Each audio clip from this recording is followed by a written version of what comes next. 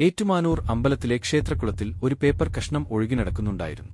Police നായ കിഴക്കേ നട വഴി ഓടി ബസ് സ്റ്റാൻഡിലും അവിടെ നിന്ന് തിരിച്ച് അമ്പലത്തിനടുത്തുള്ള ഒരു ചായക്കടയിലും എത്തി നിന്നു. കള്ളൻ കൺമുന്നിൽ വന്നു പോയതുപോലെ പോലീസിന് തോന്നി.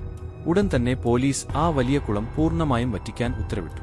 കുളം വറ്റിച്ചപ്പോൾ അതിനടിയിൽ നിന്നും അവർക്കൊരു വലിയ ഇരുമ്പ് പാര കിട്ടി.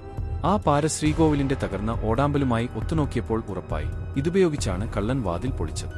പാര കിട്ടിയെങ്കിലും പ്രതി ആരാണെന്നതിന് ഒരു സൂചനയുമില്ലാതെ പോലീസ് അന്തം വിട്ടു നിൽക്കുമ്പോഴാണ് ആ കുളക്കരയിൽ നിന്ന് കിട്ടിയ ഒരു പേപ്പർ കഷ്ണം ഒരു പോലീസുകാരൻ വീണ്ടും പരിശോധിക്കുന്നത്. അതൊരു നോട്ട്ബുക്കിൽ നിന്ന് കീറിയെടുത്ത പേപ്പറായിരുന്നു. പാര പൊതിഞ്ഞു കൊണ്ടുവന്ന പേപ്പർ. അതിൽ ഒരു പേര് എഴുതിയിട്ടുണ്ടായിരുന്നു: രമണി, 8ാം ക്ലാസ്, ധനുവച്ചപുരം NSS സ്കൂൾ. തിരുവനന്തപുരത്തിന്റെ അതിർത്തിയായ പാറശാലയിലെ ഒരു സ്കൂളിലെ കുട്ടിയുടെ പേര്. കോട്ടയത്തെ മോഷണവും തിരുവനന്തപുരത്തെ പേപ്പറും തമ്മിൽ എന്ത് ബന്ധം? ഒരു നിമിഷം പോലും കളയാതെ പോലീസ് സംഘം തിരുവനന്തപുരത്തേക്ക് തിരിച്ചു. സ്കൂളിൽ ചെന്ന് അഡ്രസ് സംഘടിപ്പിച്ച് അവർ പാറശാലയിലുള്ള രമണിയുടെ ദരിദ്രമായ വീട്ടിലെത്തി. പോലീസിനെ കണ്ട് ആ പെൺകുട്ടിയും അമ്മയും ഭയന്നുപോയി.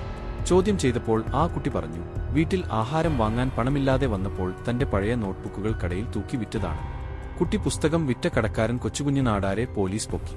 അയാൾ പറഞ്ഞു, വലിയൊരു ഇരുമ്പ് പാര വാങ്ങാൻ വന്ന ഒരാൾക്ക് അത് പൊതിഞ്ഞു നൽകാനാണ് ആ നോട്ട്ബുക്കിലെ പേപ്പർ ഉപയോഗിച്ചതെന്ന്. പാര വാങ്ങിയ ആളുടെ പേര് അയാൾ ഓർത്തെടുത്തു: സ്റ്റീഫൻ.